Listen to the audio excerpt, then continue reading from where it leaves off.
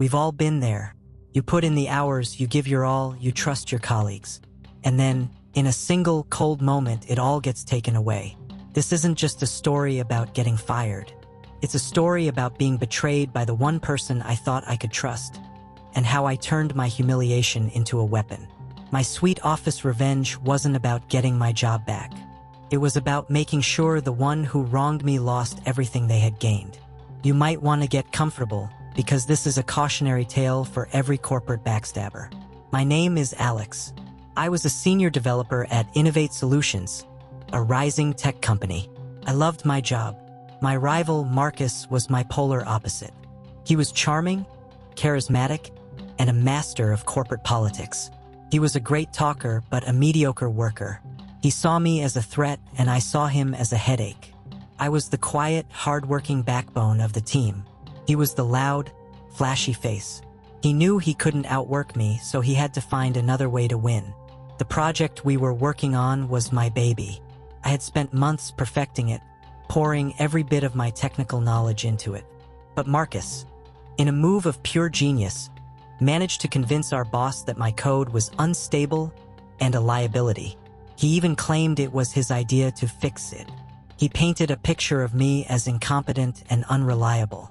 And in a single cold meeting, I was fired. Just like that, after 5 years of hard work, I was cast aside. Marcus even offered a sympathetic look as I packed my box.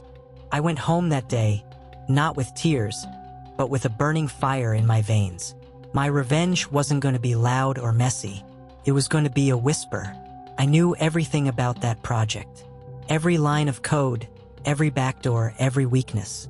I had left behind a breadcrumb trail, a digital time bomb waiting to go off. Marcus had no idea what he had done. He hadn't just fired me, he had unleashed me. I didn't reach out to anyone. I didn't threaten them. I just waited. I used my severance pay to fund my own small company, a tech consultancy. I rebranded myself. My first and only client, Innovate Solutions. I knew Marcus was going to try and take all the credit for my work. He was going to present my project to a massive potential client, a multi-million-dollar deal. But I had left behind a small surprise, a tiny bug in the system that only a true expert would be able to find.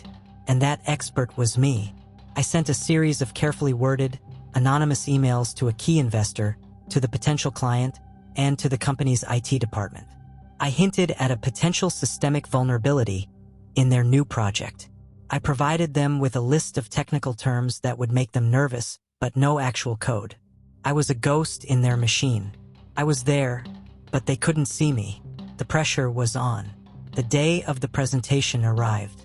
Marcus was in his element, a smug look on his face. He began his pitch, but the unstable code I had left behind began to rear its ugly head. The screen glitched. The presentation froze. He tried to fix it, but every attempt just made it worse. The project I had built to perfection was now a public, spectacular failure. And in that moment, I wasn't just fired. I was feared. The client, embarrassed and furious, walked out of the room. Mr. Davies, our boss, was livid.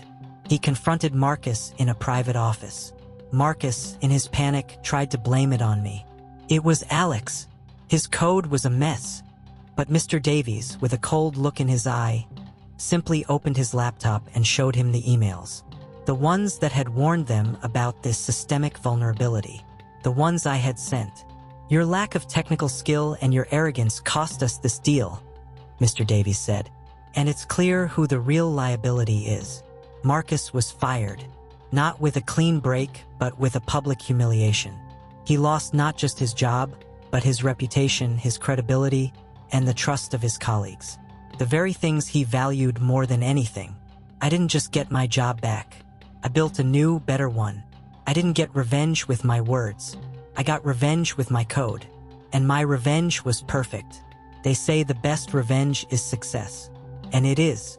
But sometimes, when the person who wronged you is a smug, arrogant bully, a little dose of well-earned strategic justice makes that success even sweeter. Because when tables turn, it's not just a change of luck. It's a change of power. What's the worst workplace betrayal you've ever dealt with? Let me know in the comments below. If you want to see more stories of justice served, make sure to like, subscribe, and hit that notification bell.